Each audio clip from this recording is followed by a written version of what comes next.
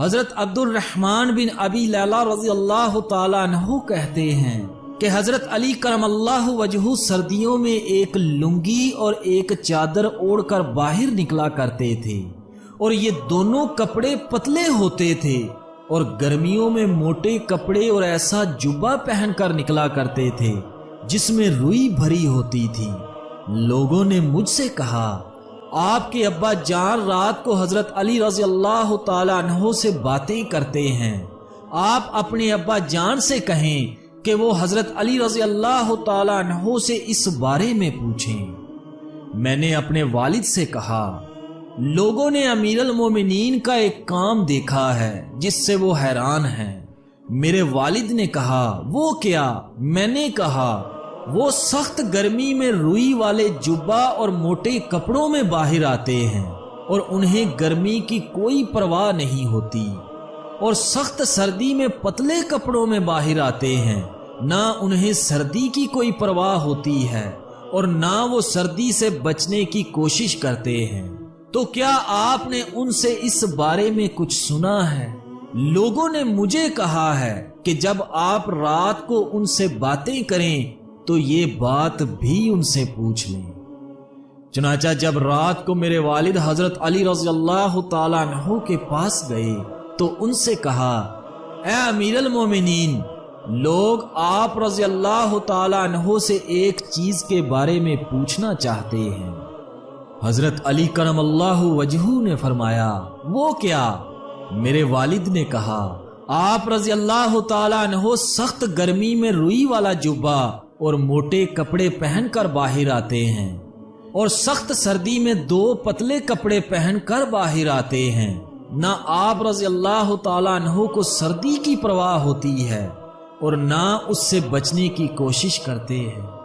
حضرت علی کرم اللہ وجہہ نے فرمایا، اے ابو لیلہ، کیا آپ خیبر میں ہمارے ساتھ نہیں تھے؟ میرے والد نے کہا، اللہ کی قسم، میں آپ لوگوں کے ساتھ تھا۔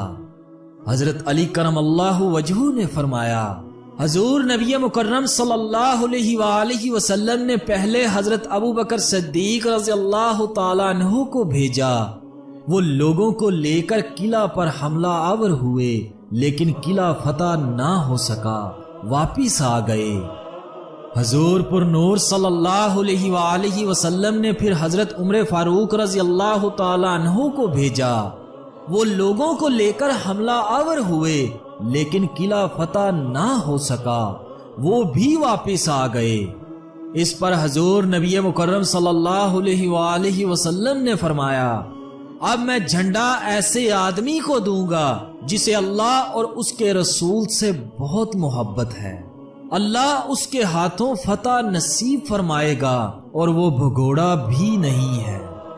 چنانچہ حضور نبی مکرم صلی اللہ علیہ وآلہ وسلم نے آدمی بھیج کر مجھے بلایا۔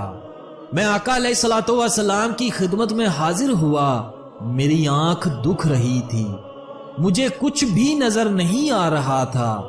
حضور نبی مکرم صلی اللہ علیہ وآلہ وسلم نے میری آنکھوں پر لا مبارک لگایا اور یہ دعا کی، اے اللہ، گرمی اور سردی سے اس کی حفاظت فرما۔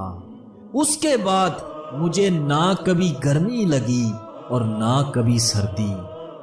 حضرت ابو نعیم رحمۃ اللہ علیہ کی روایت میں یہ ہے کہ نبی مکرم صلی اللہ علیہ وآلہ وسلم نے اپنی دونوں ہتھیلیوں پر لعاب مبارک لگایا اور پھر دونوں ہتھیلیاں میری آنکھوں پر مل دیں اور دعا فرمائی کہ اے اللہ، اس سے گرمی اور سردی کو دور کر دے۔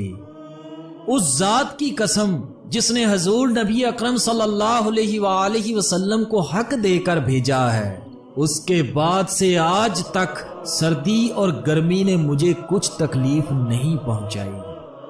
طبرانی رحمۃ اللہ علیہ کی ایک روایت میں ہے کہ حضرت سوید بن غفلہ رضی اللہ تعالی عنہ فرماتے ہیں کہ ہماری حضرت علی رضی اللہ تعالی عنہ سے سردیوں میں ملاقات ہوئی، انہوں نے صرف 2 کپڑے پہن رکھے تھے۔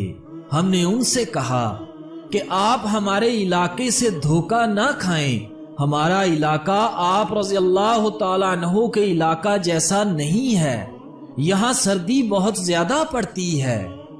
حضرت علی رضی اللہ تعالیٰ عنہ نے فرمایا مجھے سردی بہت لگا کرتی تھی۔